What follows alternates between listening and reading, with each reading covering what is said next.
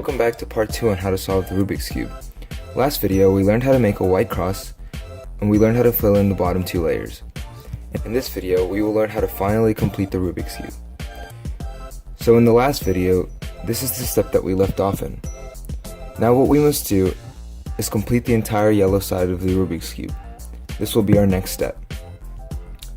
In the end, your Rubik's Cube should look like this. You should have the entire yellow side completed, and the only thing that should be left is to orient the side pieces. So let's get started. In order to solve the yellow side of the Rubik's Cube, there are many algorithms that you must learn. So in this situation, you can see that we have a backwards letter L right here.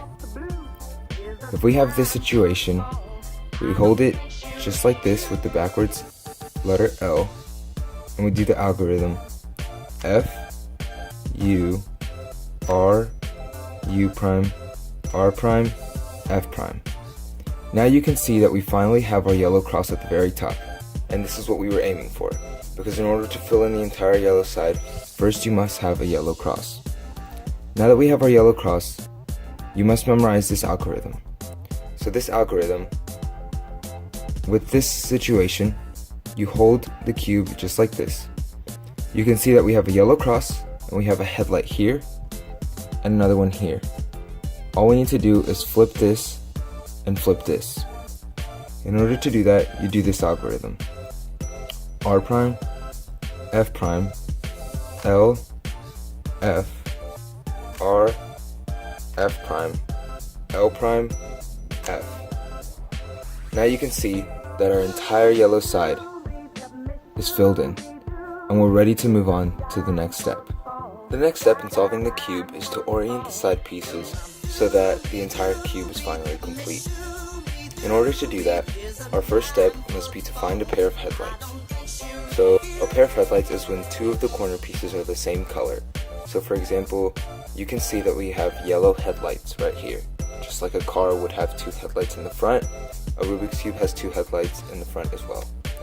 So what you must do is try to get headlights all around the cube, and at least one side that is completely filled in. In order to do that, you must first hold the cube so that the headlights are pointing to the back. So we will hold the headlights like this, and we will do the algorithm. R prime, F, R prime, B2, R, F prime, R prime, B2, R2, U prime. Now you can see we have headlights all around the cube, and one of the headlights is actually filled in all the way. Now the very last step is to align the one side that is complete and hold that facing the back.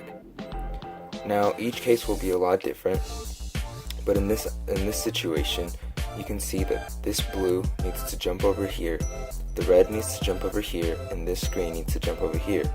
In other words, the cube will be going just like this. So in order for it to do that, we apply an algorithm. But first, make sure that the side that is filled in all the way is facing the back. In order to jump these pieces to where they need to be, you do this algorithm. R, U prime, R, U, R, U, R, U prime, R prime, U prime, R2. Now, I want to talk about a few things.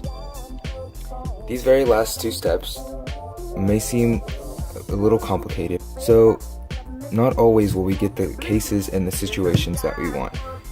For example, if I have the cube like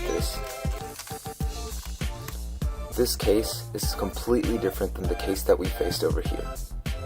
So the case that we faced over here looks something like this. This is what our case looked like when we were solving the Rubik's Cube. But the cube can look like this, and it has many other types of ways of looking.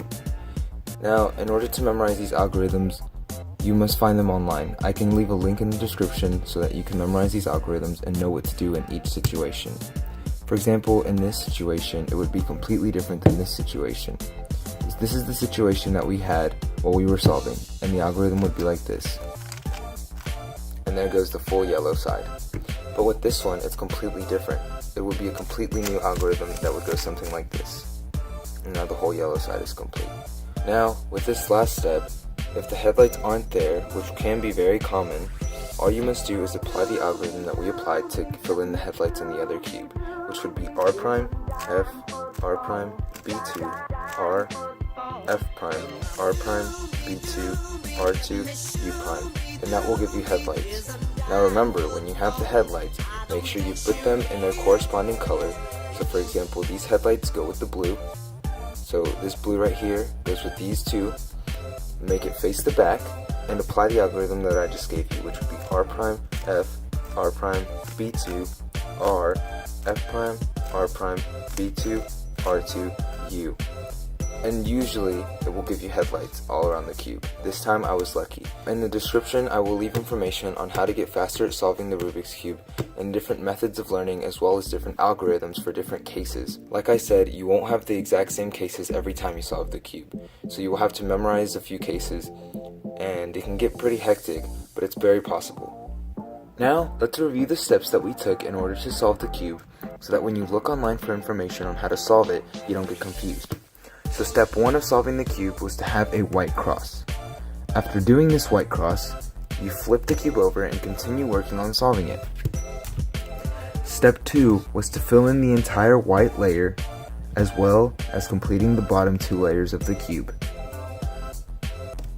Step 3 was to complete the entire yellow layer, and the last step was to orient the pieces so that the cube is completely solved, just like this. Just remember when looking online that the last 2 steps are this one and this one. In this step, you have to fill in the entire yellow layer, and there can be many different algorithms for each situation. This is a completely different case than, for example, something like this. Right here, I have a small backwards letter L, but I can also have something like this, where it's a straight line down. And each case is completely different. Like I said, I will leave in the description below information on all the cases that are available and how to solve them. And of course, this step is to orient this very last layer so that when you orient the pieces, the cube is completely solved. Just remember that these cases will not always be the same. Just like these cases will not always be the same, which is why you should study them. Like I've said before, I will leave in the description below links on different cases that there are and ways of studying them and learning them. Now if you follow along carefully and were able to solve the cube, then congratulations. If you were not able to solve it, feel free to pause the video whenever you need to. In order to become faster, I would definitely study the last 2 steps, as they can be a bit confusing. Like I said, I will leave the algorithms that we used below and a few links to help you memorize the other cases for the last 2 steps. Memorize them and study them. Like I said before, solving the Rubik's Cube is something that you have to want in order to accomplish. As always, thanks so much for watching. Make sure you like, subscribe, and comment in the comment sections below on what you would like to see in a future video. Once again, this is SpeedCube Life, and I'm out.